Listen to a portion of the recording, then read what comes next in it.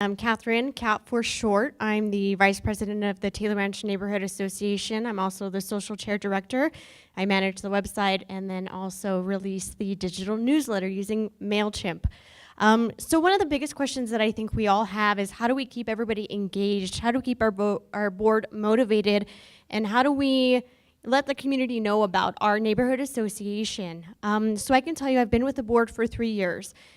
And the first year that I was on the board, I was, younger and had a lot of these vibrant, bright ideas, but a really limited budget. And that was just kind of, a kick in the rear of, I want to do all these great things and we want to get community involved. We want to get everybody else involved. And we want more people on our board who are just as excited and just as passionate about everything that we do. So how can we make that shift and start engaging everybody else? We like what we do on our board, but how do we get everybody else to know and enjoy what we do too? So the first year that I was on the board, we started what's called a back to school event. That back to school event had a budget of about $500 where we were able to collect school supplies for the kids in our neighborhood. We have 3 schools just within our vicinity, and 2 of them are elementary schools. One of them is a middle school.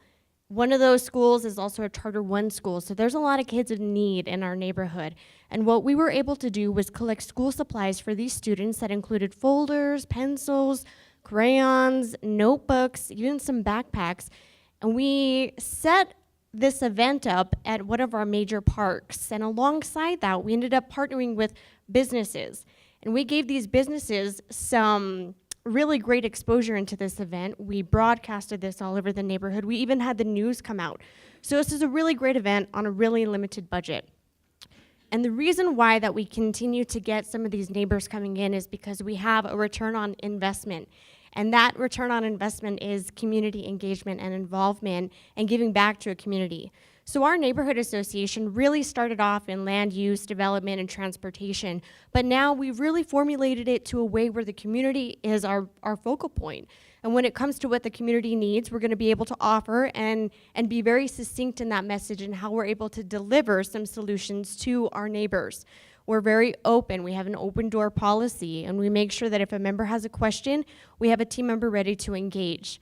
Our neighborhood association has developed a really streamlined process when it comes to membership engagement. We have a membership director, and we also have membership engagement subcommittees who focus in on maintaining and making sure that our members' dues are paid. We'll send a friendly email to say, hey, your membership is due. Can you please pay us? We'll even send, some really great newsletters and tips and ideas on how to become more engaged with what we do. So every month, or mostly every month, we send out a digital newsletter. We got a little bit away from the paper newsletter just because the cost was very expensive. And it's very time consuming to print and fold and mail and distribute.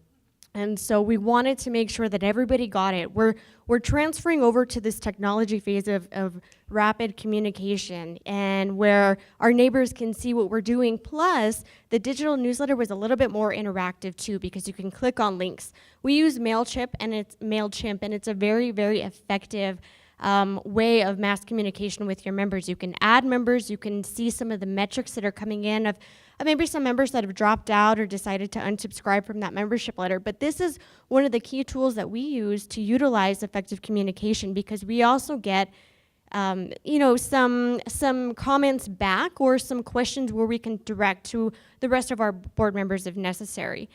We also utilize a website. So I know that ONC offers some help in creating a website for you guys, and that would be something that I would do too. In terms of the membership engagement, we try to be as open and as friendly as possible and listening to the concerns of the neighbors, not only during our annual meetings or maybe some of our larger scale events, but also during watching the news to kind of see what's going on within our zip code and our vicinity and get in touch with some of those principals, some of those community leaders that are surrounding us too, to see if we can bring them in to re-engage and to share a larger story about what they're doing and how they're becoming effective for their neighborhood or even in their industry. We've definitely been able to partner with a lot of businesses, and local is one of the things that I love to see in terms of Albuquerque and the success rates that we've had. So being able to partner with local businesses to see if they're able to offer maybe print services, web design services, logo services, getting your board kind of up fresh and out the door. Let's see. Gosh, there's like so much stuff to do. So we've also seen a fluctuation when it comes to the membership. There are certain times based off of certain issues when it comes to maybe development that's going on where we've seen an influx of membership come in, and we want to try to maintain that and also be able to re-engage. During some of the slow times when we don't have very much going on, where it's not as racy as, a Walmart going up on Coors and Montano, we've seen a little bit of a decrease in terms of the membership, but the talk is still there. We have neighborhood signs where we post our meetings, every single board meeting that we have. We also make sure that we're listening to the concerns that are going on.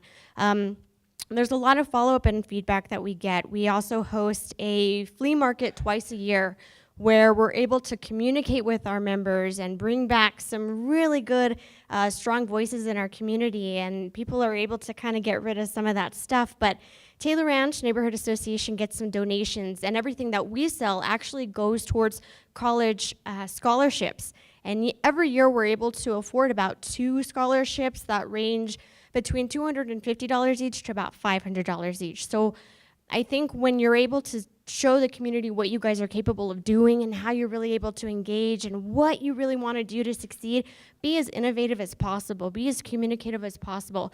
Your board members are able to do so much, and it's about giving them the flexibility to do that and to really inspire your neighborhood.